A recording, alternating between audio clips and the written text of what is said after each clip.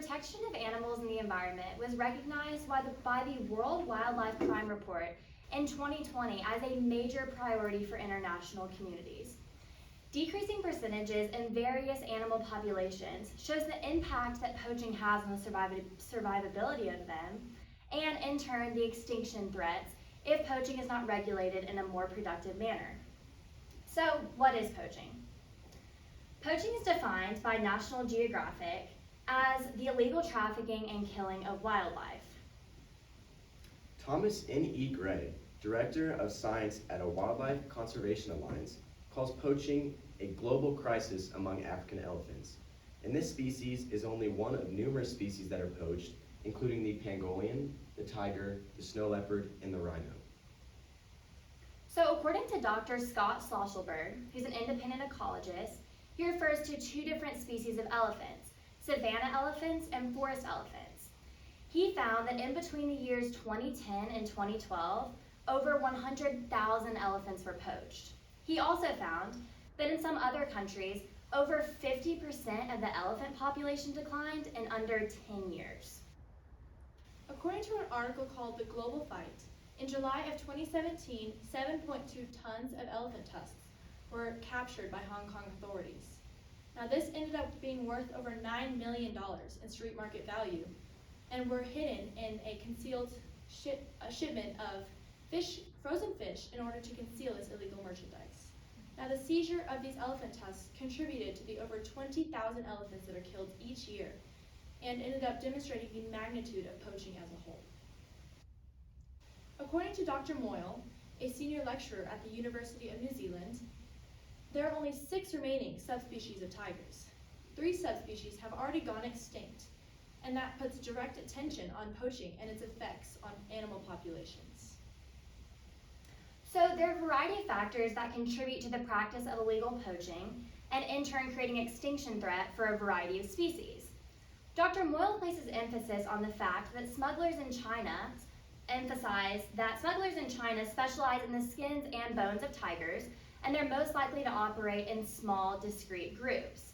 He also emphasizes that the demand for tiger parts has strong cultural and medicinal influences. According to Dr. Vivian Williams, who's a member of the South African Wildlife Management Association, traditional medicinal practices in Africa and Asia were perceived to be the main uses to which lion body parts were traded, both domestically and internationally. Ivory sales are also a major issue because of the popularity. Even though they have no intrinsic value, they come from a highly respected animal, the elephant. So as a group, we have come up with 2 possible solutions to combat poaching. One being law enforcement, and the second being wildlife conservation organizations. Law enforcement, the first solution to combat poaching. How can law enforcement help? To begin, poaching needs to be stopped at the site level. This requires active patrolling by park rangers and game wardens equipped to face off well-armed poachers in case of an emergency. To sustain these efforts, communities need to work with their law enforcement officials in order to be their eyes and ears on the ground so that they can provide valuable information that can possibly lead to an investigation. However, there are challenges in preventing poaching, such as weak laws, punishments are poor, and corruption can lead to cases being dropped. Why should law enforcement help? Without laws against poaching, elephants and rhinos, highly poached animals, may be pushed into extinction. Common laws and punishments are seen in the United States. The United States' most significant poaching law is that of the Lacey Act. The U.S. Fish and Wildlife Services states that under the Act, it is unlawful to import, export, sell, acquire, or purchase any fish, wildlife, or plants that are taken, possessed, transported, or sold. This act was passed in 1900, became the first law to protect wildlife. Some United States punishments are a fine between $5,000 and $10,000 and a prison sentence of up to 2 years. On the contrary, countries such as Indonesia have penalties that are very lenient. For example, in 2018, a villager found the body of a headless orangutan floating in the Indonesian Kalimantan province river. The orangutan had been shot with a pellet gun and had several broken ribs. The 2 rubber farmers convicted of the crime were sentenced to 6 months in prison and fined 500,000 rupees, or only $35 US. The penalties were nowhere near the maximum. An improper retribution in the country is due to the fact that Indonesia does not view poaching as harmful as other environmental issues. Like Indonesia, many other countries have decided that wildlife conservation is not their greatest concern. According to a 2020 report by the scientific consulting group Borneo Futures, less than 1% of all reported orangutan crimes end in conviction. Why is this important?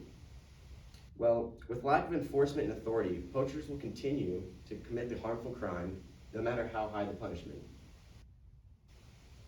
The second solution that we as a team are proposing is wildlife conservation organizations. Similar to laws and their penalties, conservation groups have the goal of protecting and restoring the population of Earth's wildlife. Now, these are some common conservation organizations that are well known. The first is WWF, or the World Wildlife Fund. Active in nearly 100 countries, it has the goal of protecting and restoring the population of Earth's wildlife that are threatened by extinction and poaching. It has worked with the Tanzanian president in order to protect the Selous Game Reserve from elephant poaching, which has seen great success in the recovery of those populations. And the second is International Rhino Foundation. Now, this has been established for 25 years and is active in Africa and Asia, protecting the 5 species of rhinos that fall victim to poaching. And the third is WCS, or the Wildlife Conservation Society. This was established in 1865 and is active in 15 priority regions, committed to protecting those who are threatened by extinction and poaching. Now, they have the goal of combining conservation, education, and science in order to rally communities together to have anti-poaching goals and to restore the population of Earth's beloved wildlife. Now, these conservation societies have numerous goals in order to best efficiently support and protect the wildlife affected. Now, first of all, they rely on outside communities. This allows regular people to have the opportunity to do something good for the environment. This can be done through donations or funding, volunteer service, or even buying goods or products straight from the conservation site websites, where the funds will be put directly towards the conservation cause. This has seen much success. For example, the rhino conservation efforts have seen great increases in the population of these rhinos due to conservation organizations. However, they are not perfect. They still have their drawbacks. According to Mongabay, a conservational and environmental news science platform, they have failed to find the perfect recipe for success, oftentimes. Now, this can be due to their lack of local and global buy-in and contributions, and they rely so much on outside communities. In addition, they have a lack of funding from these outside communities, which again, they rely so heavily on. These organizations are nonprofits. Now, while that is good for morale, it can be harmful to their financial situations. So, what is the best solution? As a team, we've decided that the further enforcement of laws already in place is the best solution to combat poaching. Although it has been demonstrated that even with penalties present, poaching still occurs, it's significant to have these laws in place to further discourage people from engaging in this illegal activity. Although conservation wildlife organizations successfully give support to species at risk of extinction, as well as animals in general at risk of being poached, we feel that it is not the best solution because of the reliance on outside funding. So even though law enforcement is a reliable way to battle poaching, it does have some limitations. One limitation is that countries may have laws in place, but it does not stop people from breaking the law and in turn still engaging in the illegal activity.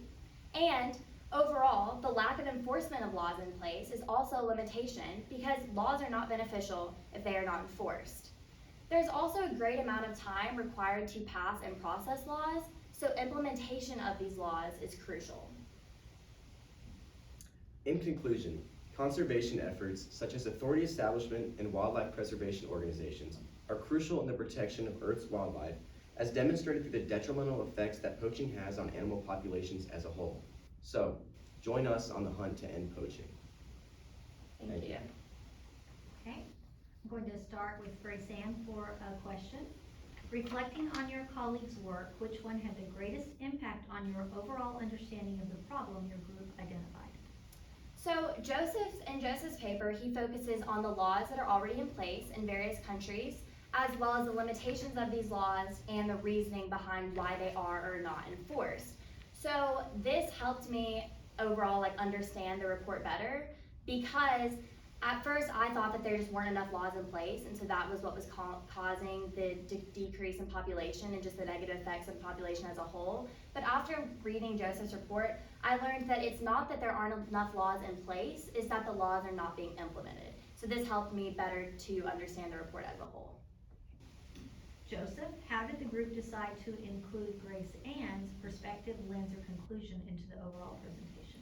Well, in Grace Ann's paper, she talked about the cultural aspects of poaching, and that really gave a great introduction into our paper, as well as talking about the animals that were poached. Unfortunately, we weren't able to include Grace Ann's information on the medicinal and religious aspects of poaching, as we more focused on the solution in our presentation. But overall, Grace Ann's cultural background gave us a good start to our presentation. Campbell, what was the strongest counter argument to the solution or conclusion your team identified, and why? So we as a team identified the resolution to be law enforcement. However, the greatest counter argument to that was the fact that people will still break the law. Now, in Grace Ann and Joseph's paper, Grace Ann talked about the motivations and desires of people who poach in the first place, and Joseph talked about the lack of enforcement of these laws. So just the fact that people will still have the desire for the animal parts that they're poaching for, just overall contributes to the fact that these laws will still be broken, and you cannot take that desire away from someone just by having laws in place. They will still want to break those laws.